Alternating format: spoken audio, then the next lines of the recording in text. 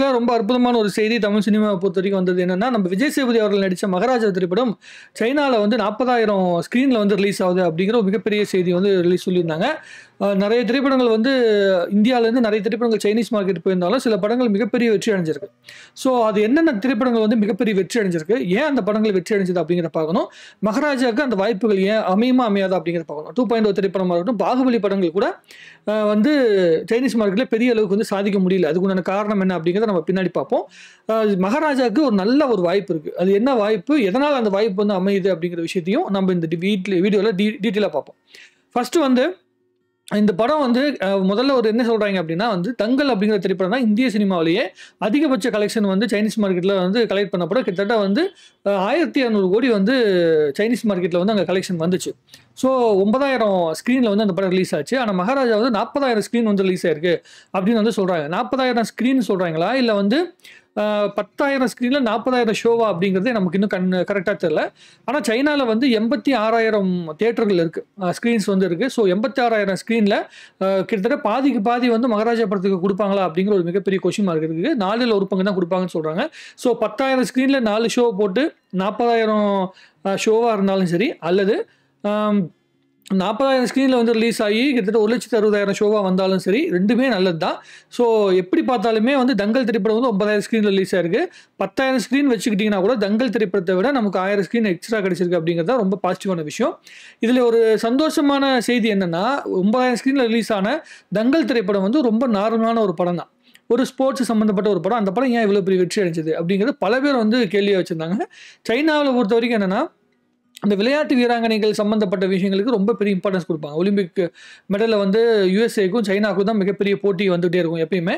So அந்த அளவுக்கு வந்து விளையாட்டு சம்மந்தப்பட்ட விஷயங்கள் நிறைய ஆர்வம் இருந்ததுனால அங்கே கிட்டத்தட்ட அந்த படத்துக்கு 1,500 கோடி வந்து கலெக்ஷன் வந்துச்சு. அதுக்கு அடுத்த திரைப்படம் நீங்கள் வந்து ஒரு லிஸ்ட்டு பார்க்கணும்னு ஆசைப்பட்டீங்கன்னா இப்பயே பார்க்கலாம். பார்த்தீங்கன்னா இதில் பாருங்கள், highest crossing Indian films in China அப்படின்னா தங்கல் திரைப்படம் வந்து கிட்டத்தட்ட 1,299 கோடி வந்து ரிலீஸ் ஆயிருக்கு. அதாவது கலெக்ஷன் வந்திருக்கு. 1.2 பில்லியன் போட்டிருக்காங்க.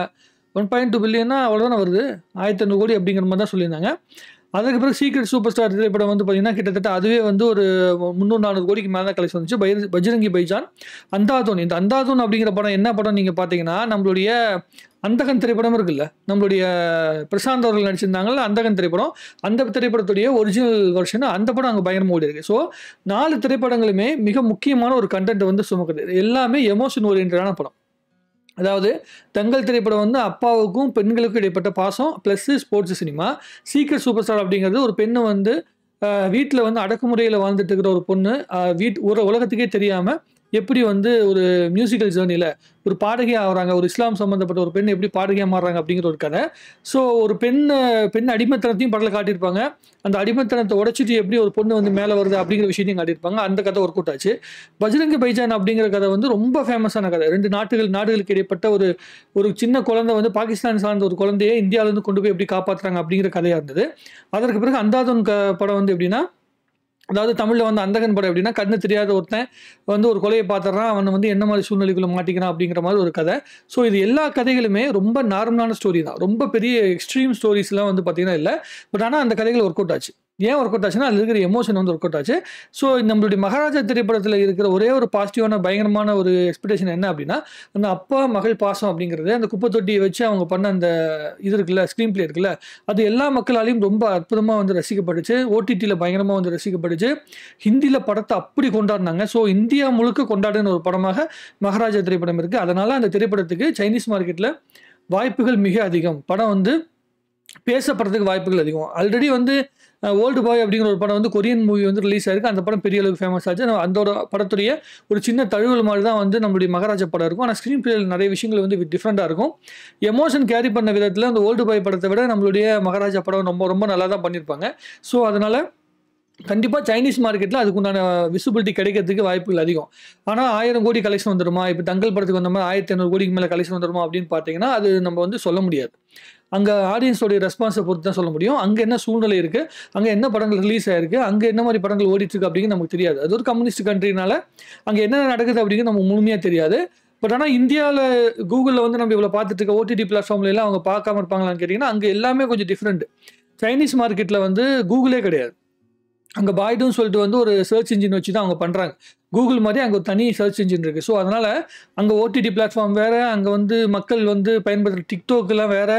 நமக்கு வந்து டிக்டாக்ல காட்டுறதை விட அங்கே வித்தியாசமான விஷயங்கள் காட்டும். அதனால் இந்திய சினிமா எதுக்கு அங்கே தனியாக இங்கே வந்து ஓடி முடிச்சதுக்கு அப்புறமேட்டு கூட அங்கே ஏன் ஓடுதுன்னா, அதுக்கு முன்னாடி வரைக்கும் அங்கே பெரிய அளவுக்கு இந்திய சினிமாவை அங்கே பார்த்துருக்க மாட்டாங்க. அங்கே போய் பெரிய அளவுக்கு மார்க்கெட்டிங் பண்ணி படத்தை ரிலீஸ் பண்ணாலோடையும் அங்கே வந்து பார்க்க மாட்டாங்க. ஸோ அதனால ஒரு மிகப்பெரிய வாய்ப்பு வந்து மகாராஜாவுக்கு இருக்குது. தமிழ் சினிமாவுடைய முதல் 1000 கோடி படமாக இந்த திரைப்படம் இருக்குமா அப்படிங்கிறத வந்து எல்லாருமே எதிர்பார்க்குறாங்க. நடந்தால் அதை விட மிகப்பெரிய சந்தோஷம் எதுவுமே கிடையாது. கிட்டத்தட்ட 5 வருஷமாக நானும் அதுக்காக அந்த நாளுக்காக காத்துட்ருக்கேன். 2.0 படம் வரும் அப்படின்னு சொல்லி வந்து எல்லாம் எதிர்பார்த்தாங்க. 800 கோடி வரைக்கும் வந்துட்டாலும் கடைசி 200 கோடி சைனீஸ் மார்க்கெட் மூலமாக வரும்னு சொல்லி எதிர்பார்த்தாங்க. ஆனால் சைனாவில் வந்து அந்த டெக்னிக்கலான படங்களும் அதே மாதிரி பாகுபலி படம் கூட வரும்னு சொல்லி எதிர்பார்த்தாங்க. பாகுபலி படத்துக்கு அங்கே பெரிய அளவுக்கு மார்க்கெட் வரல. ஏன்னா அங்கே ராஜாக்கள் கதை வந்து சைனா மார்க்கெட்டில் ஏகப்பட்ட படங்கள் ரிலீஸ் ஆயிடுச்சு. அதே மாதிரி டெக்னிக்கல் ஓரியன்டான படங்கள், இந்த டிரான்ஸ்ஃபார்மர் மாதிரியான படங்கள் நிறைய பார்த்துட்டதுனால ஸோ 2.0 படத்துக்கும் அவங்க நம்ம எதிர்பார்த்த அந்த மிகப்பெரிய ரெஸ்பான்ஸ் வந்து இந்திய சினிமாவுக்கு அப்போ வரல. ஆனால் தங்கல் திரைப்படம் வந்து அவுட் ஆஃப் சிலபஸ் மாதிரி பெரிய ஓட்ட ஓடிச்சு. ஸோ அந்த மாதிரி மகாராஜா திரைப்படமும் அவுட் ஆஃப் சிலபஸில் வந்து மிகப்பெரிய வெற்றி அடைஞ்சதுன்னா ரொம்ப பெரிய ஒரு பெருமை வந்து தமிழ் சினிமாவுக்கு கிடைக்கும். தமிழ் சினிமாலேருந்து ஒரு திரைப்படம் வந்து சைனீஸ் மார்க்கெட்டுக்கான ஒரு பெரிய ஸ்பேஸை உருவாக்குன ஒரு படமாக வந்து மாறும் அப்படிங்கிற எனக்கு ஒரு மிகப்பெரிய நம்பிக்கை இருக்குது. அதை தான் நானும் வந்து பார்த்திங்கன்னா யோசிச்சுட்ருக்கேன்.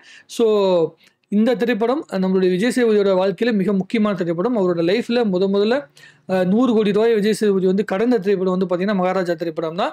அந்த 100 கோடிக்கு மேலே வந்து கண்டிப்பாக சைனீஸ் மார்க்கெட்டில் வரும் அப்படிங்கிற நம்பிக்கை எனக்கு இருக்குது. இங்கே கிடைச்ச 100 கோடியை விட அங்கே வந்து அதை விட அதிகமாக கிடைக்கும் அப்படிங்கிற மிகப்பெரிய நம்பிக்கையோடு நான் காத்துட்ருக்கிறேன். விஜய் சேதுபதி அவர்களுக்கு இந்த மாதிரி ஒரு கதையம்சம் உள்ள, அதாவது எல்லா நாட்டு மக்களுமே உலகத்தில் இருக்கிற யார் படங்கள் பார்த்தாலுமே எமோஷனலி கனெக்ட் ஆகிற ஒரு படம் வந்து கிடைக்கிறது வந்து ரொம்ப ரொம்ப ரேரான விஷயம்.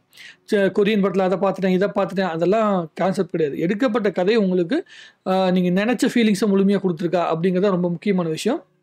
ஸோ அதை வந்து மகாராஜா படம் கொடுத்துருக்கு. அதனால் இந்த திரைப்படம் சைனீஸ் மார்க்கெட்டில் சாதிக்கும் அப்படிங்கிற நம்பிக்கையோடு எல்லாரும் காத்துட்ருக்காங்க. நான் ரொம்ப ரொம்ப பெரிய அளவுக்கு காத்துட்ருக்கிறேன். பார்ப்போம், நடந்துச்சுன்னா கொண்டாடுவோம், கொண்டாடி தீர்ப்போம். அப்போ வந்து இதை விட பயங்கரமாக உட்காந்து டீட்டெயிலாக Day 1 கலெக்ஷன், Day 2 கலெக்ஷன் போகணுன்னு ரொம்ப ஆர்வத்தோடு நானும் காத்துட்ருக்கிறேன். மக்கள் செல்வனை சைனீஸ் மார்க்கெட்டில் இருக்கிறவங்க, சைனீஸ் மக்கள் வந்து அவங்களுடைய மக்கள் செல்வனை ஏற்றுப்பாங்களா அப்படிங்கிற மிகப்பெரிய எதிர்பார்ப்போடு நானும் காத்துட்ருக்கேன். உங்களுடைய கருத்துக்களை கமெண்ட் எழுதுங்க. இன்னும் நிறைய பேசுவோம். நன்றி, வணக்கம். வாழ்க தமிழ்நாடு, வளர்க தமிழ் சினிமா.